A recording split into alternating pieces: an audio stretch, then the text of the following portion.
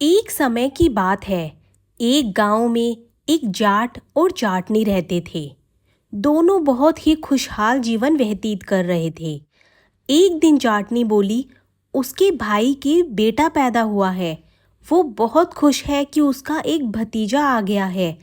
अब वो चाहती है अपने मायके जाना और अपने भतीजे को देखना और उसके साथ खेलना और उसको खिलाना। जाट भी बहुत खुश होता है। जाटनी अपने पति से कहती है, मेरे लिए कुछ जेवर बनवा दो, मैं उनको पहन कर जाऊंगी, सबको दिखाऊंगी और आपका भी बहुत मान बढ़ जाएगा। जाट खुश होता है और बहुत सारे एक से बढ़कर एक गहने जाटनी के लिए बनवा कर देता है। अब जाटनी चल देती है अपने मायके की ओर। तब जाट बोलता है, अरे इतने गहने रास्ते में मत पहन कर जाओ, इनको उतार कर रख दो। जाटनी कहती है, नहीं, मैं तो इनको पहन कर जाऊंगी, सब देखेंगे, मुझे बहुत अच्छा लगेगा और आपका सोचो ना कितना सम्मान बढ़ जाएगा। जाटनी अब घर से निकल जाती है। संयोगवश पीछे दो ठग लग जाते हैं। दोनों ठग सोचते हैं अकेली औरत है, जल्दी से अपने काम को अंजाम देकर यहाँ से निकल जाएंगे।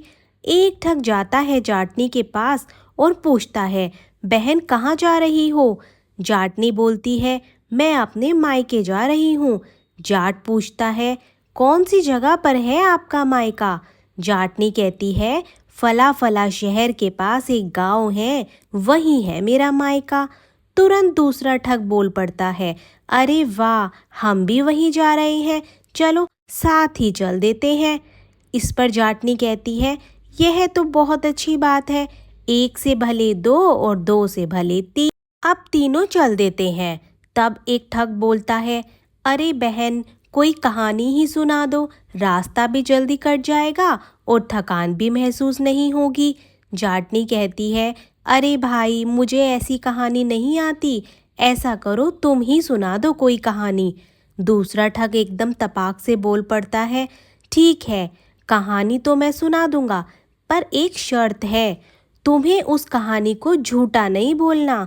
अगर तुमने उस कहानी को झूठा बताया तो मैं तुम्हारे जेवरात उतार लूंगा। अब जाटनी को समझते देर न लगी कि ये तो ठग हैं और उसको ठगने आए हैं। इस पर उसने बहुत ही समझदारी से उनको जवाब दिया, ठीक है भाई, सुनाओ कहानी, मैं उसको झूठा नहीं बताऊंगी। तब एक ठग कहानी सुनानी शुरू करता है। वो बताता है, हमारे पास एक गाय थी, बहुत सुंदर गाय थी। सफ़ेद रंग की गाय थी, बड़े बड़े उसके कान थे, मोटी मोटी आंखें थी। इतना दूध देती थी, इतना दूध देती थी, जो कि कभी ख़त्म ही नहीं होता था। उसका एक सींग खींचो तो सोने चांदी के जेवरात देती थी और दूसरा सींग खींचो तो हमें सीधे स्वर्ग पहुंचा देती थी। लेकिन जब पहला विश्व युद्ध हुआ तो एक गोली आई चीरती हुई और हमारी गाय को लग गई और हमारी गाय मृत्यु को प्यारी हो गई। जाटनी ने कहा, अरे तुम्हारी गाय के मरने का मुझे बहुत दुख हुआ। ठग को लगा, अरे तीर तो निशाने पर नहीं लगा। इस पर एक ठग ने कहा, चलो बहन जी, अब आपकी बारी, अब कहानी आप सुनाओ। जाटनी ने कहा, ठीक है, कहानी तो मैं सुना दूंगी, लेकिन मेरी भी एक शर्त है। ठग ने कहा, कैसी शर्त? जाटनी ने कहा, अगर तुमने मेरी कहानी को गलत जाना तो तुम मुझे 100 रुपए दोगे।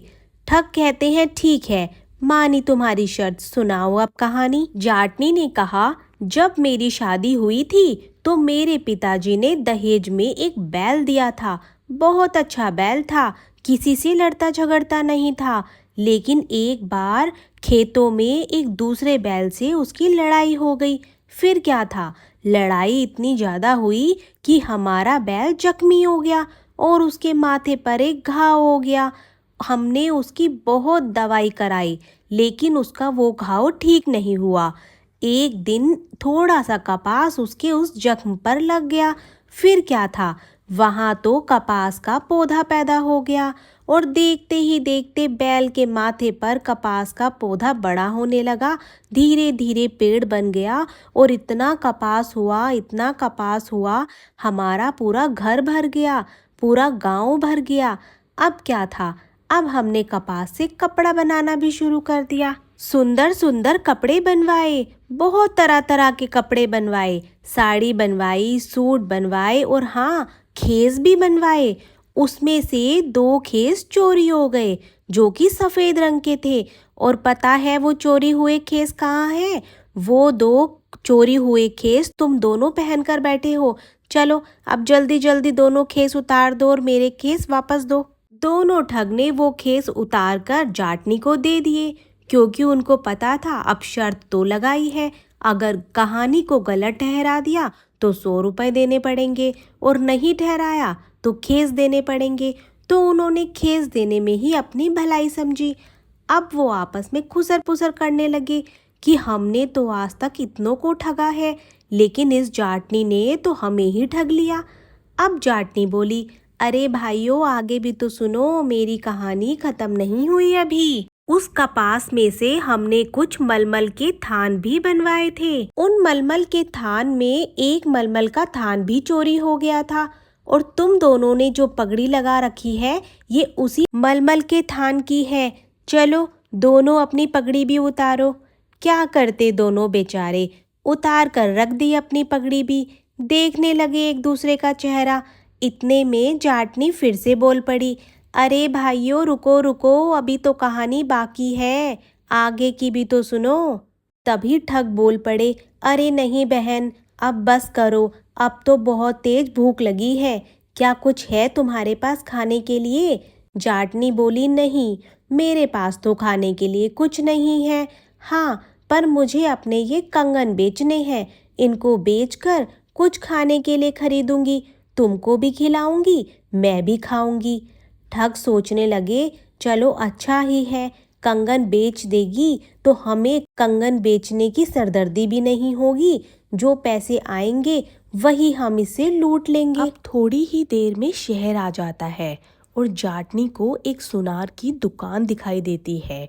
वो दोनों ठग से बोलती है, भाइयों, सुनार की दुकान आ गई है, मैं ऐसा करती हूँ, अंदर जाती हूँ, दोनों कंगन बेचती हूँ और फिर जो पैसे मिलेंगे तीनों बैठ बैठ कर किसी ढाबे पर अच्छे से खाना खाएंगे। दोनों ठग कहते हैं ठीक है। जाटनी अंदर जाती है और दोनों ठग को बोलती है कि तुम दोनों बाहर बैठो, मैं अभी कंगन बेचकर आती हूँ। वो अंदर जाती है और सुनार को बोलती है, ये 2 जो बाहर बैठे हैं ये मेरे मजदूर हैं, मेरे खेत में काम करते थे, मेरा खेत जल गया, अब ये मजदूर मेरे किसी काम के नहीं हैं, मैं चाहती हूँ इनको बेचना, बताओ खरीदोगे? सुनार कहता है, हाँ, मुझे काम वाले लड़कों की ज़रूरत है, ऐसा करो, मैं तुम्हें 200 रुपये दे दूंगा, दोनों को बेच दो। जाटनी कहती है, रुको, इन दोनों से भी पूछ लूँ, एक बेचूं या दोनों बेच दूँ।